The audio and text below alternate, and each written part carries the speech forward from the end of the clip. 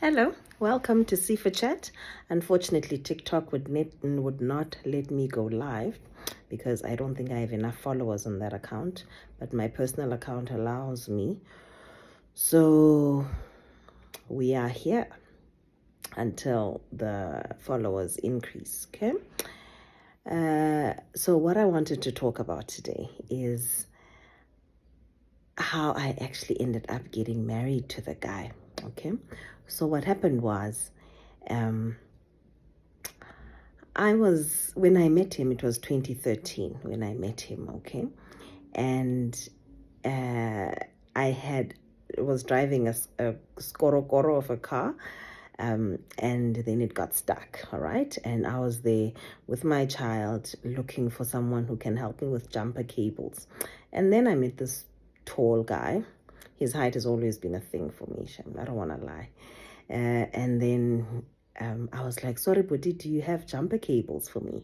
And then he was like all moody and look, I'm in a hurry. And then he decided to help me. Cut a long story short. Then we exchanged numbers because he asked me to let him know when I get home safely, because it was in the evening. All right. And I was with a child who was then around about 2 years old. My daughter was about 2.5 at that time. And then I went, all right. And then I was like very excited now that I want to text this guy.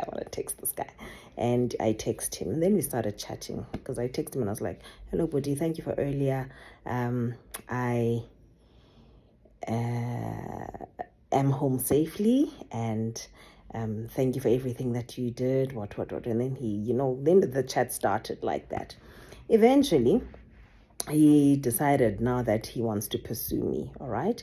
This is now after about 2 or 3 months of chatting it was BBM back then, all right?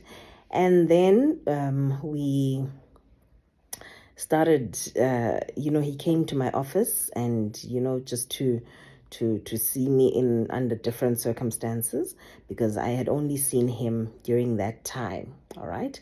When I had been stuck with my car and my daughter inside and so on and so forth. So fine. He came to my office and then he just started asking me questions, just random questions, just basically trying to get to know me, all right? And then eventually, to cut a long story short, we started dating. A very long story short, we started dating eventually, okay?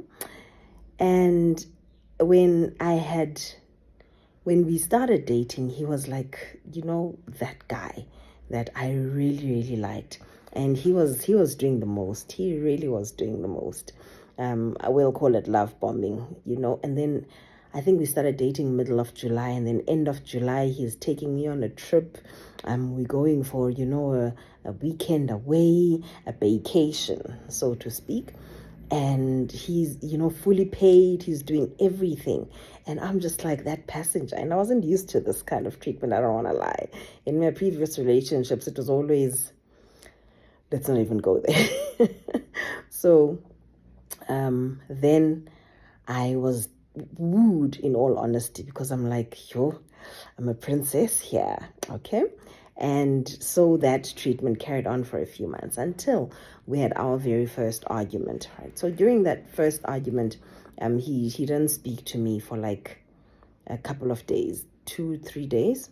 And then eventually he came and we actually spoke and we tried to make up, right? And always good. All relationships, have the ups and downs. And I'm leaving out crucial information here, unfortunately, because it might put me in a bad light. But I was in my mid-20s, guys, so you'll just have to forgive me. And anyway, we moved on from that. Fine. Now, what happens is the relationship continues. And as the relationship continues, I'm like literally catching feelings. In fact, I caught feelings. I just decided this is the one that I want in my life forever and ever. Amen. And he also was displaying, signs of someone who has caught feelings, and he would tell me that he loves me and he wants to be in my life for a very long time, and and so it goes. And as if that's not enough, he ended up meeting my daughter. All right, he asked, and then I was like, if not, why not? Bad decision. And him and my daughter became very close. All right. Mind you, my daughter was not his child, so they became very, very close. And as they became close, like, he literally just played the father figure. He bought her first bicycle. He taught her how to ride the bike. He would attend school concerts. Father's Day, this. He would buy Christmas clothes. I don't buy Christmas clothes. He would buy Christmas clothes. He literally, for birthdays, he did everything for her. And I was just like, he's the one. He's definitely the one. All right. So then that continued. But aside from that relationship that he was building with my daughter, which was superb, honestly, he was literally the father that I wanted my daughter to have. He really, really was. Then there was us on the other side, me and him. Then his true character started to come out now. His true character started to come out, and he became this, like, I used to call him the great disappointment, because he would say one thing and he wouldn't follow through on his promises. He constantly made me unstable. He would say something and then I would be like, okay, fine, maybe he'll say he'll do it on Wednesday. And then Wednesday comes, and then I'll call him and I'm like, but you said you're gonna do this. Then he'd say stuff like, well, it wasn't this Wednesday. And I'm like, but what do you mean? So he would literally play with mind games with me and say stuff like, maybe I'll ask something, then he'll say, okay. And to me, okay means, yes, I will do it. And then when the time comes for him to do it, he will say, I said, okay, I didn't say I was going to do it. I didn't commit. So he literally started making me feel like I'm going to lose my mind. That was the first thing. The second thing was, whenever we would disagree, I would realize that we're not fighting about the problem anymore. We are fighting about maybe my approach and how he feels disrespected by my approach. All right. And I would just be like, but that's not the point. The point is that I'm upset because you did A, B, and C.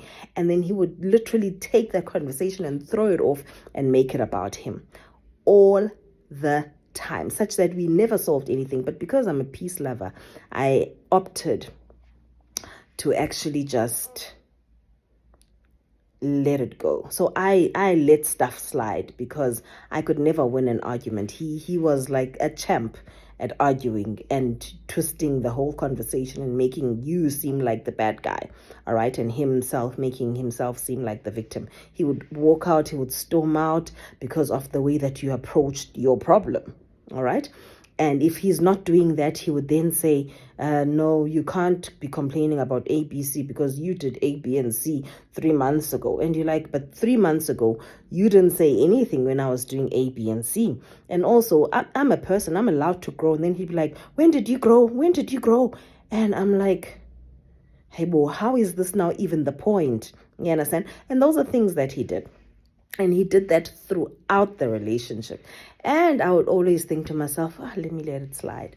Maybe things will be better when we live together. I basically convinced myself, cognitive dissonance, that things would be better if we lived together. I convinced myself that things would be better when we lived together. Anyway, because of my religious beliefs, I didn't do a fat and sit with him.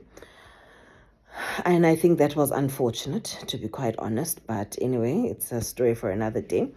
And then that relationship continued until one day we had a fight. It was quite a big fight, but it was a fight based on nonsense. So all of our fights didn't have substance, all right?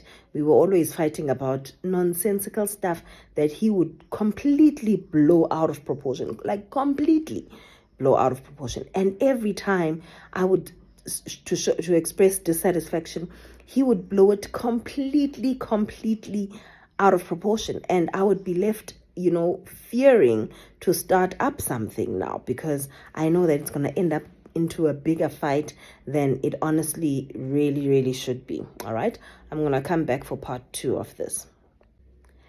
And so it continued. And then I ended up being the one now that has to like let things slide, not complain because I'm scared of his reaction. So his reaction became a source of fear for me in the relationship. He wasn't physical with me, but his verbal abuse, and his aggression when he fights, he literally was fighting to win, not to resolve the conflict. And I couldn't understand this because for me, I'm used to people that, like, in every part of my life, people that listen to me, and then also I get a chance to listen to them, and we eventually realize, no man, this is how we can solve this problem, and then we move on. But with this guy, there was no listening to me. He literally just got into defensive mode same time, and he defended himself by attacking and lashing out. And he did that every single time. He did that every single time. And it got to a point where I would just be like, yo, let me not even bother. But me being me, I like to address things. So I would end up having this resentment in my heart, that why are we not resolving anything? Why are we not, like, we can't resolve anything. All of my concerns are never heard, because I know that if I do try, that he's going to end up lashing out and being verbally abusive and, emotionally abusive, twisting things, making me feel crazy, saying that that's not what he meant, literally driving me crazy, denying facts. And I would be like, but you said this, and then he'd say stuff like, you have memory loss problems, what. And it got to a point where I even started feeling like, I need cameras in this house, because if there was a camera, then I would be able to just play back and show him that I'm not crazy, but I couldn't. And he was so adamant, and he was so forceful in, no, you forget, this is how things went on. And I would be like, but then how do you explain this? And then he'd be like, I don't know, but all I know is that this is how it went down. And I'd be like, okay. Now, I didn't have the strength for him, even verbally, because I'm not used to lashing out and having a back and forth with people. Like, it's very uncivilized for me. So I was not used to that kind of approach to fighting. Like, it was just the weirdest thing. Anyway, eventually, so we had this fight, and eventually he walked away. And we're supposed to have spent the weekend together at my place at the time. And then I asked him, why are you walking away? And then he's like, I don't have to be here. And I'm like, okay, when we are married, what are you going to do when we have disagreements like this? Because I'm expecting us to sit down and solve it. And this is what he said. Ndine khaya mna, meaning I have a home. So meaning that even when we married and we have built our own home with our own children, he's going to leave me there and he's going to go home because that's what he wants to do. Mind you, in the place that we were living in, I didn't have a home there because I had gone there for work. All right. So I couldn't just up and leave and go home and go to my mom whenever the hell I wanted. But he could because we were living in his hometown. All right. So then he walked away and we broke up. Then I almost died of heartache because I was like committed to the relationship, I was committed to him. In fact, I loved him very much. Like, I loved him verby, and obviously that was wrong on my part because I was the one that loves him and it wasn't the other way around, and it actually should have been the other way around. So I was heartbroken, but my heartache lasted about 2 or 3 days. And then I prayed to God and I was like, Lord, I can't be feeling like this over a boyfriend. Please, come on, spare me this drama. And God heard my prayers, believe it or not. And I was actually okay. I was actually okay. And then life carried on. And then when he got over himself, he wanted us to try again. And I was like, no, unfortunately not. I'm not interested. I'm not there. Now, during this time after the breakup, my mother got sick, all right? And she subsequently passed away. And we still had some kind of communication between me and him at the time, all right? Although I didn't want to be his girlfriend at the time, but, we still kept civil. So with the day my mother passed away, I called him and I asked him to just, because I was away from home at that point, and my mother had been visiting me where we were at, all right? But I had gone for work purposes to another nearby town. So I couldn't get to my house on time. So I called him and I asked him to quickly just go and attend to that situation. And I called him and a whole group of other people, and they went, all right? And he went. Eventually, I got home and he had taken the kids away from that situation because it was school holidays. So he had taken the kids away from that situation. And, I was really, really appreciative of what he had done for me that day, all right? He had taken the kids away from the situation. He had also brought the ambulance, but unfortunately, it was already too late. Okay. So he took the kids away because now people were starting to flock in. My mom had passed away in my house, and it was just really, really, really dramatic. And I get there, and now they have to move my mom's body. And so the children needed to be away. And he proactively thought of that, and he took them. All right. All right, fine. I was eternally grateful. Went home to my hometown now, and we were arranging the funeral, and we eventually buried my mom. And he came along, all right, and was just there to attend my mom's funeral with one of his uncles. All right, fine. And then that was done, and then I got back to the home, to my place of work, all right, to the city in which I worked. And then I had asked him to come and fetch it because I needed to come back with a whole lot of things, and my car was too small. So he brought his big car and, packed all the things in there, and I went in my small car back to his hometown where I worked, all right, and where he worked and lived as well.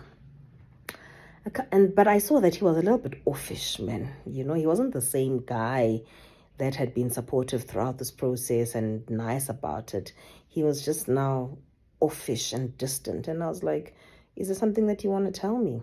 And then he says, well, I want a clean break now, blah, blah, blah. And I was like, well, do you want to tell me what happened? Why you want a clean break? Did you meet someone else? And then he's like, no, but I just want a clean break. And I'm like, your timing sucks, because I've literally just buried my mom. And then when you want a clean break, and okay, it's fine. I will grant you the clean break. What should I say to the kids? The kids now also include my sister's daughter, all right, my niece. They are more or less the same age with my daughter. And then he's like, don't tell them yet. Just let it slide a little bit, and then you can mention it to them that they won't be seeing me again. And I was like, okay. But I was cool about it. I just took it lightly. I didn't take it lightly, but to him, I presented myself as though, you know what, it's okay. Do what you need to do. And then we cut ties, all right? And then it was like a clean break. We didn't talk. We didn't do anything. And whenever I would meet him at my workplace, because he was studying there, whenever I would meet him there, I would be like, hey, I know you, being my usual friendly self. Then he'd be like, hello. And I'm like, are we fighting? Like, I don't understand, And then he would just be cold and distant. And I was like, I'm not going to greet him again because, what is this? Anyway, life went on. I was living a pretty decent life at that point, traveling overseas, went to various places, and bought a couple of properties as well during that time. And, life was okay. I got devoted to the church, was busy at church. I was just that church girl now. And I was attending church conferences. I was doing the most at church as well, And life went on without him. All right. Then one day after I had come back from my travels, it was now the next year after my mother had passed away, 2018. My mother passed away 2017, all right? It was the next year, towards Aprilish. I receive an email at my work, all right? And I read this email, and it's from him. And I read this email, and I'm like, this has nothing to do with me. So myself and his colleague have the same name, all right? So he had mistakenly, I believe it was a mistake because he had done it before when we were still together. Or maybe I'm just naive. So I clicked on the the message, and I realized, okay, so he had clicked the wrong Kwaita, right?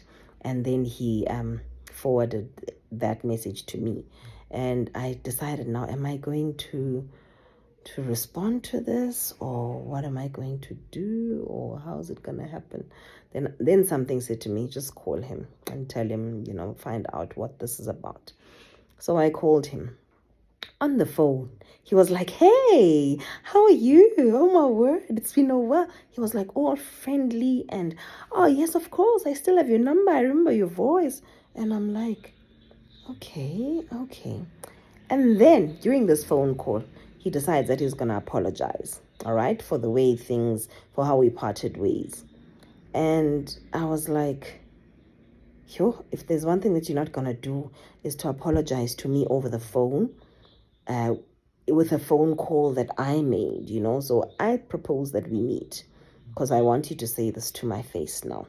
And then we agreed. So it turns out a guy that he picked up, which was a nonsensical pickup, that I had been dating someone else, and I honestly wasn't. So what had happened is that was in our culture, we get taught to address every man that's more or less your mom's age as dada, and every woman that's more or less your mom's age as mama, older, makulu, whatever.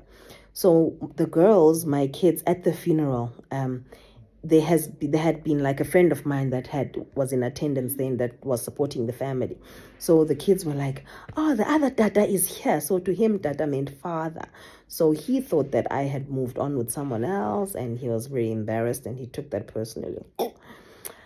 Mind you, I didn't have the capacity to date at that point, in all honesty. Like, then I was burying my mom. Where was I supposed to meet a man? Like, are you serious? Anyway, so guy, we have load shedding here, so it's getting darker. So then we eventually agreed to meet the same day, the same evening, and I meet up with him. And then he starts apologizing for how he was in the relationship, and how things panned out, and he heard that I was with someone else, and I was like, no. And he really was hoping that him and I would last and whatnot. And I was like, yeah, okay, it's fine. I forgive you. It's fine. But I'm not forgiving you for you. I'm forgiving you for myself, so that I can actually move on from this. Unfortunately, we had dated for about 4 years before. And I knew him well, all right? So he started doing this thing that he does when he has something to get off his chest. He breathes a certain way, and I knew that. And then he was like busy doing his weird breathing tendencies. And I was like, what do you want to say? And then he says, I want us to try again. I was like, try again at what? It's like, at a relationship. And I said to him, church girl, that is me, look, you want me to be your girlfriend again, and I don't want to be a girlfriend. Like, I'm no one's girlfriend. I'm a wife. I'm wife material, honey, now. So I don't have time. I don't have capacity. I don't have space for you to turn me into a girlfriend again, and for me to invest all the energy that I invested in our relationship into yet another boyfriend and girlfriend relationship. So I propose that you go and you carry on with your life, And then he's like, no, but I want you to be my wife. And I'm like, what? And then the discussion started. I was like, look, remember, the reason why we broke up in the first place is because, reason A, reason B, you used to do this. You used to stonewall. You used to be verbally abusive when you disagree. You used to be defensive. You used to hold your cards close to your chest. You used to not be open, and you just were the owner of the relationship, honestly. And now I can't deal. Then he started pleading his case. No, I've changed. I promise you, I'm no longer that person. I no longer stonewall. I will do better. Dun. And now in my heart is literally resisting this guy. Like, I didn't want him back, because I don't take exes back. And then he, just made all the promises. And then I started creating scenarios now, all right, deliberately. So I would instigate a fight, because I want to see how he's going to handle it. And then he would literally park his car next to my house the whole night. And something would say to me, because I wake up in the middle of the night for no reason. I would wake up, then I looked outside and I was like, that's his car, Mos. And then I would be like, and then, because my phone is always on silent, so he tried to call me and I couldn't go through. And then he would come in and he'd be like, I couldn't sleep. I wanted to fix things. And I was like, this is my kind of vibe. This is my kind of vibe. This is my jam. And then I would, be like, well, I want to see your pay slip in another situation. And then a guy would be like, okay. And then he'd show me his pay slip. And I was like, okay, what? All right. So I set up these hurdles, so to speak, for him. And he would jump successfully over all of them, and I was like, okay, he's doing great. So maybe he has changed. Please. So eventually I said to him, Mamela, what I need you to do now is for you to pray and ask your God if whether or not I am the wife that you're supposed to marry, right? Am I the wife of your youth? And then he would be like, I've done praying. I've done all of those prayers already. And I was like, and then he says, yes, you are my wife. You are the one that I want to spend the rest of my life with, and you are my God-given wife. And I was like, okay. Now I need to pray for this because, and koshomna. So I would pray and prayed for some time, and I believed that the signs that I got were God-given signs. But Master Satan listens to our prayers, and he'll give you the signs that you want. And I was like, okay, now I'm convinced this is the guy that I am meant to marry.